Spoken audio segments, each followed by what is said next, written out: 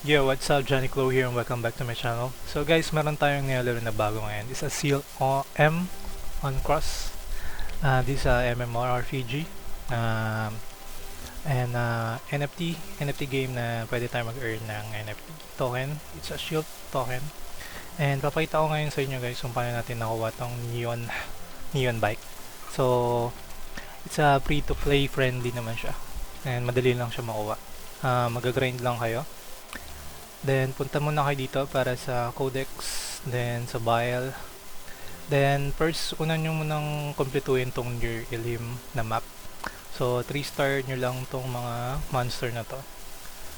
So, papatayin nyo lang sila ng ilang times. So, 100 times, una 30 times, 70 times, and 100 times. Then, makuha nyo na yung 3 star ng bawat monster na to. Then, may makuha rin kayong mount dyan pag na-kompleto nyo itong lahat. So, nakuha natin tong donkey pa ito. Herbivores. Then, itong isa.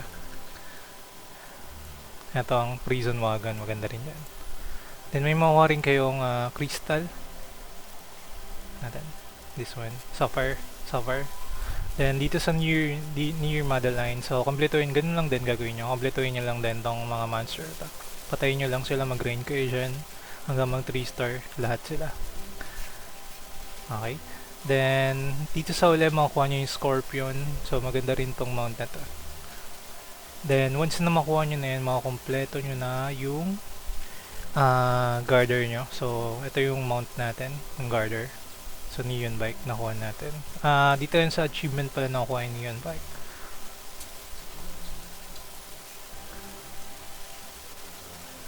Achievement ba yan?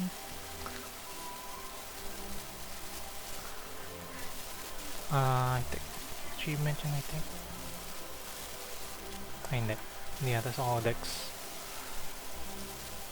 Dito sa Garter codex. So, dito ko siya nakuha. So, once na maka-8 kayo na girder, makakuha nyo na yung neon bike. So, automatic yan once na makompleto nyo yung codex na to. Vial codex ng Near Elim and Near Madeline, makakuha nyo na yung Scorpion and yung neon bike. So, ito yung itsura ng Scorpion. Ito, ang cute din nito. Scorpion. Yan. Yung Scorpion mount natin sa garter. So, yun lang guys. If you want to get this mount, tapusin nyo lang yun. Mag-grind lang sa mga monster. And don't forget to subscribe and like. Meron pa akong next video para naman sa daily routine natin kung paano tayo magpa-level ng mabilis. So, yun lang guys. So, bye-bye!